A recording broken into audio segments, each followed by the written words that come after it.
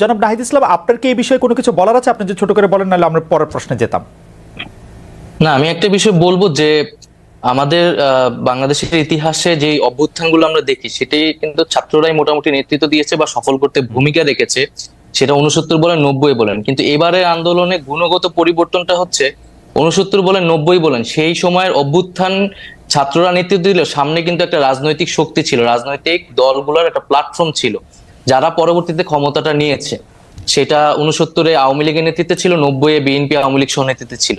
কিন্তু এই আন্দোলনে কিন্তু আসলে এরকম কোনো রাজনৈতিক প্ল্যাটফর্ম বা দল কিন্তু সামনে ছিল না। ফলে 5ই অগস্টের পরে আসলে শেখ হাসিনার পতনের পরে কিন্তু এই দায়িত্বটা আসলে আমাদের উপর এসে পড়েছে, যদি আমরা এটার জন্য আসলে প্রস্তুত ছিলাম না। জনাব ইসলাম, আপনাকে কি একটা কথা বলতে পারি যে জি, একথা ঠিক, আপনার আন্দোলনের শেষ পর্যায়ে বা আন্দোলনের যেখানে নেতৃত্বের মাধ্যমে বা শেষ পর্যায়ে যেখান থেকে আসলে শেখ হাসিনাকে চলে যেতে হয়েছে, পালাতে হয়েছে বা এই সরকারকে ক্ষমতা ত্যাগ করতে হয়েছে, সেখানে আপনাদের ত্যাগটাই সবচেয়ে বড় ছিল, যেটিকে আসলে খুব ভালোভাবে এক বাক্যে বলা যায় যে একটাকে মারি একটাই মরে, আর কেউ নড়ে না সেখান থেকে। সেই জায়গায় আপনারা চলে গিয়েছিলেন। কিন্তু আপনারা কি মনে করেন না যে এই আন্দোলনটা আসলে জুলাই থেকে, জুন থেকে, কোটা থেকে আসলে শুরু হয় নাই? বিএনপির নেতাকর্মীরা বা জামাতের নেতাকর্মী বা বিরোধী দলের নেতাকর্মীরা, এমনকি বাম দলের নেতাকর্মীরা এই 15 বছর ধরে লাগাতার সংগ্রামের মধ্যে, আমি জানি না ইনিবের বিরুদ্ধে কয়টি মামলা আছে, আমার কাছে মনে হয় সম্মিলিত মামলা, অবশ্যই অবশ্যই সেই ত্যাগটার কথা কি আপনারা আসলে স্বীকার করছেন? এখন তো মনে হচ্ছে যে মানে ব্যাপারটা হলো যে আমাদের এই পুরো আন্দোলন সংগ্রাম শুধু জুলাই মাস থেকেই শুরু হয়েছে, এরকম মনে হচ্ছে। ডক্টর ইউনূস বলছেন ছাত্ররা আমাকে ক্ষমতায় বসিয়েছেন, ওরা যা এটা বলবে সেটাই বলবে হবে। এটা কি আপনারা আসলে ব্যাপারটাকে কিভাবে দেখেন নাহিদ? না না, অবশ্যই এটা তো বিগত 16 বছর, আমরা আরো বলি 111 থেকে যেই আমাদের বিরাজনীতিকরণ শুরু হয়েছে, সেই সেই সময় থেকে কিন্তু আমাদের এই রাজনৈতিক সংগ্রামটা এবং আমাদের বিরোধী দলীয় নেতাকর্মীরা যেই আত্মত্যাগ করেছে, নির্যাতিত হয়েছে এবং নির্যাতিত হওয়ার পরেও তারা বারবার মাঠে নেমেছে। তারা নামার কারণে কিন্তু একটা রাজনৈতিক পরিবেশ আমরা পেয়েছি, কথা বলার মিনিমাম পরিবেশ কিন্তু আমরা পেয়েছি, যে জায়গায় আমরা নেমে কথা বলতে পেরেছি। এবং এই অভ্যুত্থানেও আমরা সকল রাজনৈতিক দলের সেই ভূমিকাকে স্বীকার করি, এবং তারা ভ্যানগার্ডের মতো ছিল, গুলির সামনে ছিল। এবং ব্যক্তিগতভাবে বললেও কিন্তু ছাত্রদল বলেন বা শিবির বলেন বা বামপন্থী সংগঠন, প্রত্যেকেই আমাদেরকে নানাভাবে সহযোগিতা করেছে। ব্যক্তিগতভাবে আমাদের জীবন রক্ষার্থেও তারা অনেক ভূমিকা পালন করেছে। ওকে, আমার আজকে আমরা এমন একটা অবস্থায় দেশকে এরা নিয়ে গেছে যেখানে যেটা আমরা দেখছি, আমরা সারা বিশ্ব দেখছে, যে বাংলাদেশটা উন্নয়নের রোল মডেল হিসেবে স্থান করে নিয়েছিল বিশ্বব্যাপী। মানুষের জীবনে শান্তি ছিল, নিরাপত্তা ছিল, উন্নতি ছিল, পেটে ভাত ছিল, মাথা গোঁজার জন্য ঘর বানিয়ে দিচ্ছিলাম বিনামূল্যে, বাচ্চাদের স্কুলে পড়াশোনা, একবার নারী শিশু থেকে শুরু করে সকলে তাদের একটা অধিকার ছিল, পড়াশোনার সুব্যবস্থা, বিনামূল্যে বই দেওয়া, প্রত্যেকটা স্কুলের উন্নতি করে দেওয়া, মাদ্রাসা উন্নতি, মাদ্রাসা শিক্ষাকে স্বীকৃতি দেওয়া থেকে শুরু করে এমন কোনো কাজ নেই আমরা করিনি। চিকিৎসা সেবা জনগণের দৌড়কে পৌঁছে দিয়েছিলাম কমিউনিটি ক্লিনিকের মাধ্যমে, 30 প্রকার ঔষধ বিনামূল্যে দেওয়া হতো।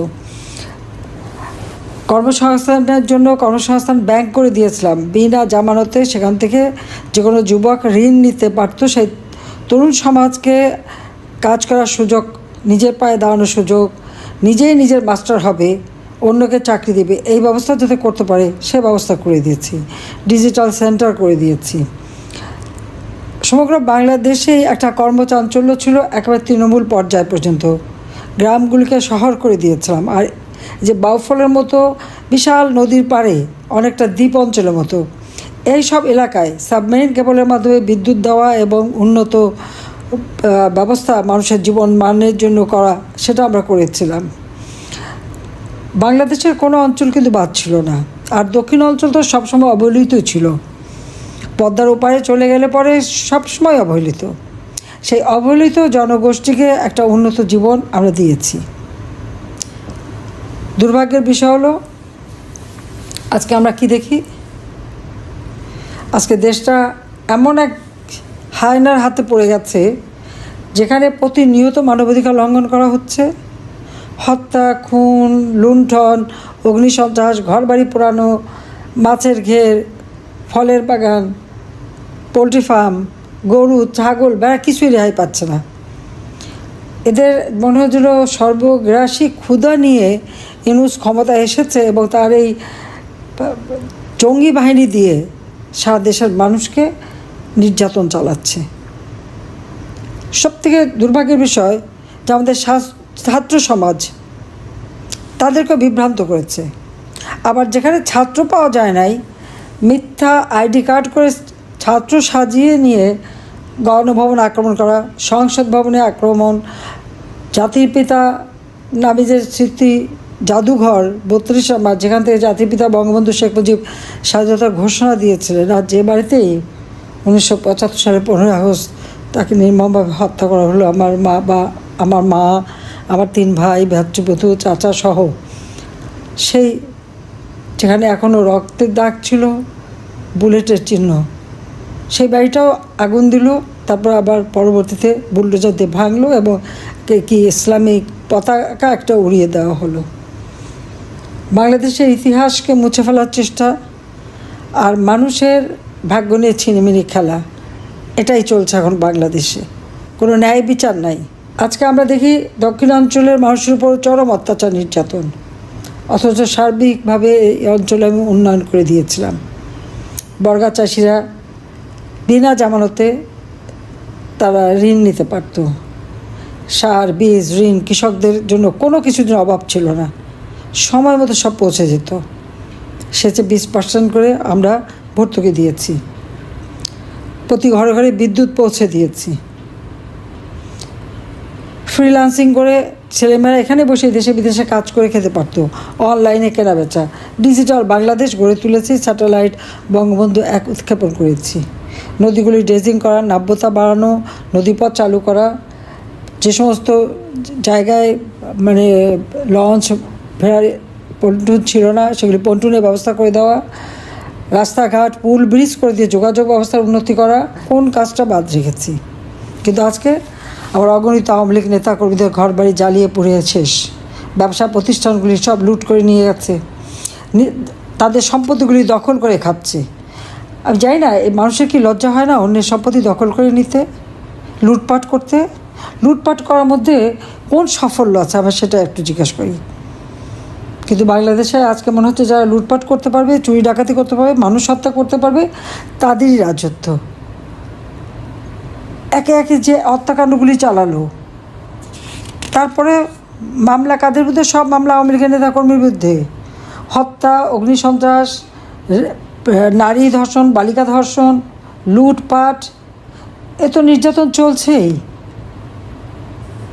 আজকে কি অদ্ভুত ব্যাপার যে যারা এই ঘটনাগুলি ঘটেছে তাদেরকে দায়মুক্তি দেওয়া হলো, আর আওয়ামী লীগের অগণিত নেতাকর্মী সবার বিরুদ্ধে হত্যা মামলা, এবং আমার বিরুদ্ধেও তো হত্যা মামলা। আজকে একটা জিনিস দেখলাম, আমার কাছে একজন পাঠালো, কী হয়েছে, আমার বিরুদ্ধে যে মানবতা বিরোধী অপরাধ করেছি আমি, মানবতা বিরোধী কী অপরাধ করলাম আমি জানি না, কারণ কোনো হত্যাকাণ্ড আমি করি নাই। যখন আবু সাইদ, মুগ্ধসহ 6টা মানুষ মারা গেল, ছাত্রসহ, আমি সাথে সাথে সেই সময় আমি একটা জুডিশিয়াল ইনকোয়ারি কমিশন গঠন করে দিলাম। এটা 18 তারিখে, 16 তারিখে মৃত্যুবরণ করলাম, আমি 18 তারিখে করে দিলাম তদন্ত করার জন্য যে এই হত্যাকাণ্ড কীভাবে ঘটলো। কারণ পুলিশ তো রাবার বুলেট ব্যবহার করে, তাদের গায়ে রাবার বুলেট লাগতে পারে, তাতে কিন্তু মানুষের মৃত্যু হয় না। হ্যাঁ, সেগুলি সমস্ত শরীরে দাগ পড়ে যায়, কিন্তু সেখানে মেটাল বুলেট কে ব্যবহার করলো আর কীভাবে এই হত্যাকাণ্ড ঘটলো? এরপর যখন আরও বেশি লাশ পড়লো, তখন আমি সেখানে আবার হাইকোর্টের 3জন সদস্য দিয়ে, 3জন জজ সাহেবকে দিয়ে আমি একটা তদন্ত কমিশনকে আরও শক্তিশালী করে দিলাম। প্রথমটা যেমন গেজেট 18 জুলাই করা হয়েছিল, এটা 1 আগস্ট সেই গেজেটটা করে দিয়ে আরও শক্তিশালী কমিশন গঠন করলাম, যাতে করে এই হত্যাকাণ্ডের তদন্তটা যথাযথভাবে হয়। এর জন্য কাউকে কোনো দাবি করতে হয়নি, কারণ আমি জানি একটা চক্রান্ত করে করা হচ্ছে, কিন্তু সব দায় পড়লো কাদের উপরে? আমাদের উপরে। এবং আমার বিরুদ্ধে মানবতা বিরোধী অপরাধের কথা বলল। জাতিসংঘ ঘোষণা দিয়েছিল কি 1400 লোক মারা গেছে, যেটা ইনুসের এটা তো মানে তার ইনুস সেন্টার থেকে তৈরি করা, সেটাই দেওয়া হয়েছিল। কিন্তু সেখানেও কি আমরা কি দেখলাম যে সেই 1400-র মধ্যে আবার এখানে লেখা আছে 1400, কিন্তু 834 জনের একটা তালিকা বের করা হলো। আবার ওই 834 জনের যে নাম দিয়েছে সেখানে দেখা যাচ্ছে যে যে হত্যাকাণ্ডগুলি ঘটেছে তার মধ্যে 52 জনের নাম এসেছে যে তারা কোনো হত্যা হয় নাই, তারা বিভিন্নভাবে বিভিন্ন কারণে মারা গেছে। শহীদের তালিকায় গেজেট করা হয়েছে তাদের নাম, কিন্তু সে এখানে শহীদ না হলেও 52 জনের নাম শহীদের তালিকায় রয়েছে। 35 জন আগুনে পুড়ে মারা গেছে, তাই আগুন দিয়েছে তো ইনুস বাহিনী।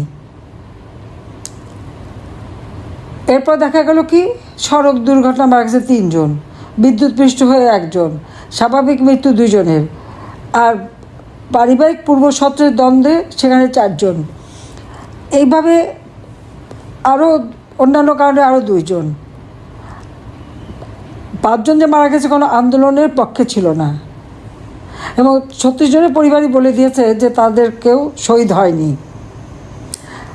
আর বাকি কারো নামই পাওয়া যায়। তাহলে এই যে 834 জনের নাম যে তারা গেজেট করে দিল, তাহলে এর মধ্যে আবার আরও ছিল যে আরও অনেকজন জীবিত ফিরে এসেছে।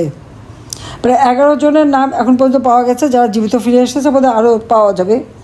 তো এইভাবে তারা যে ঘটনাগুলি ঘটালো, অত সব মামলাগুলি আমাদের নেতাকর্মীর বিরুদ্ধে। আজকে এই বাউফলে এমন কোনো সেই ইউনিয়ন পর্যায় থেকে আমাদের এমপি পর্যন্ত সবার বিরুদ্ধে হত্যা মামলা। আর আমি তো আসামি সবার সাথেই, এতে আমার মানে সে আসামিরা সীমা নাই। আবার 1400 বলা হয়েছে, কিন্তু সেখানে কিন্তু এই যে পুলিশদেরকে পুড়িয়ে পুড়িয়ে হত্যা করা হলো, তাদেরকে পা বেঁধে ঝুলিয়ে রাখা হলো, 460টা পুলিশ ফাঁড়ি পোড়ানো হলো, সেখানে কত মারা গেছে নেই। 32 নাম্বার যখন আগুন দিল বা সিআরআইতে আগুন দিল, রাস্তার উপরে 3টে লাশ পড়েছিল, কই তাদের তো কোনো নাম ঠিকানা কিছু পাওয়া যায়নি। আওয়ামী লীগের নেতাদের বাড়িতে যে আগুন দিয়েছে সেখানে অনেক জায়গায় মানুষ কিন্তু পুড়ে মারা গেছে। বরিশালে 3 জন মারা গেল, সিরাজগঞ্জে 5 জন মারা গেল, এরকম বহু জায়গায় সেগুলির কোনো হিসাব নেই। সাতক্ষীরাতে সব জায়গায় আগুন দিয়ে পুড়িয়ে পুড়িয়ে মেরে ফেলে দিল, কিন্তু তাদের কোনো হিসাব নেই, তারা শহীদের তালিকায় জায়গা পায়নি। তাহলে এই প্রশ্ন হলো যে এই যে তারা মানে মানবতা বিরোধী বলে আমাদের বিরুদ্ধে মামলা দিচ্ছে, আর অপরদিকে দেখা যাচ্ছে যে তালিকা সেখানে যে মিথ্যা, একটা ঘটনা মিথ্যা হলে তো সমস্ত মামলাই শেষ হয়ে যায়। কিন্তু এদেশে তো আইনের শাসন নাই। গোপালগঞ্জের সরাসরি গুলি, এবং সেখানে বলে দেওয়া হলো সরাসরি গুলি কর, কমান্ডিং অফিসার দিচ্ছে নির্দেশ। কেন? এটা প্রধান উপদেষ্টা ইউনূসের নির্দেশ, যে গুলি করে হত্যা করে তার ওই সন্ত্রাসী কয়েকটাকে উদ্ধার করার জন্য। তার 5 জনকে উদ্ধার করতে 5টা লাশ ফেললো, আর না হলো প্রায় 50 জনকে আহত করলো, আর 51 জন গুম হয়ে গেছে। তাদের এখনও কোন জেলে রাখছে সেটাই খোঁজ পাওয়া যাচ্ছে না।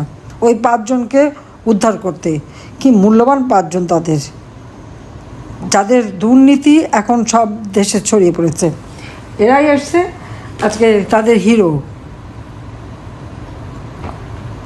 অদ্ভুত একটা দেশ বাংলাদেশ। আপনারা একটা জিনিস লক্ষ্য করেন, নেপালে ইউনূসের 5 সদস্য গেল, 7 বর্ষ বিএনপির একজন, আগস্ট মাসে। এরপর নেপালে ওই ঘটনা ঘটলো। ওই 5 জনের খবরটা কী কারণ, কী করতে গিয়েছিল, কার এজেন্ট হয়ে গিয়েছিল, সেটাও একটা প্রশ্ন। কিন্তু নেপালে যখন এই অগ্নিসন্ত্রাস ঘটনা হলো এবং সেখানে প্রাইম মিনিস্টার যখন সরে গেল, যিনি প্রাইম মিনিস্টার হলেন তিনি প্রাইম মিনিস্টার হয়েই কিন্তু ঘোষণা দিলেন যারা পার্লামেন্টে আগুন দিয়েছে, প্রাইম মিনিস্টারের বাড়িতে আগুন দিয়েছে, ব্যাংকে এবং হাইকোর্টে আগুন দিয়েছে, এই অগ্নিসন্ত্রাস এবং হত্যাকাণ্ডে যারা জড়িত তাদের বিচার করবেন। আর সাথে সাথে নির্বাচনের তারিখ ঘোষণা করলেন। আসুন বাংলাদেশে 15ই জুলাই থেকে যাদেরকে হত্যা করা হয়েছে তারা কোনোদিন বিচার পাবে না।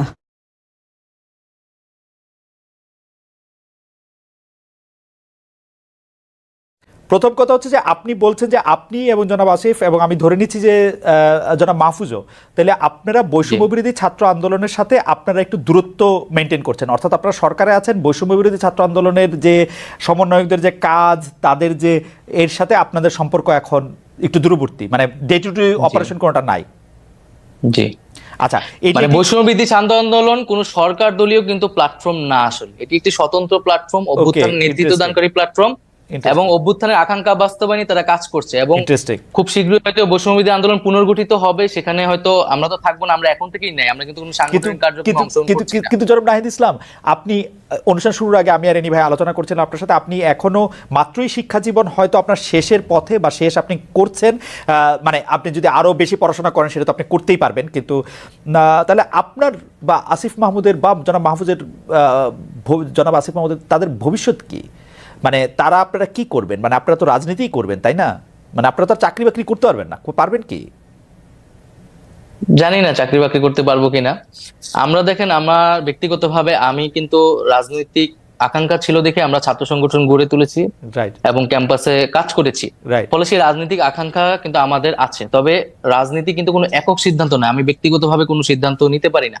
আমরা এখন রাজনৈতিক দলকে কোনো প্রাধান্য দিচ্ছি না, এটি আমাদের মানে কোনো কাজ না। আমাদের এখন প্রধান কাজ হচ্ছে এই যে দেশ পুনর্গঠন, সরকারের থেকে এবং সরকারের বাইরে যারা আছে সকলে মিলে দেশ পুনর্গঠনে কাজ করা এবং সকলকে সহযোগিতা করে, আমরা সেটিকে সর্বাধিক গুরুত্ব দিচ্ছি। রাষ্ট্র সংস্কারে যে কাজটাকে সফল করে আমরা যাতে গণতান্ত্রিক রূপান্তর করতে পারি, পরবর্তীতে আমাদের এই দায়িত্ব শেষ হলে, নির্বাচন আসলে সেই সময় আমরা হয়তো সেই বিষয়ে একটা সিদ্ধান্ত নিব, কিন্তু আমরা এই বিষয়ে এখন কোনো সিদ্ধান্ত নিচ্ছি না, সেই উদ্দেশ্যে কোনো কার্যক্রম করছি না। তবে আমরা এখানে বৈষম্যবিরোধী ছাত্র আন্দোলন সংগঠিত করতে চাচ্ছি শিক্ষার্থীদের, কারণ আমরা মনে করছি যে এখনো আসলে আমাদের ভয়ের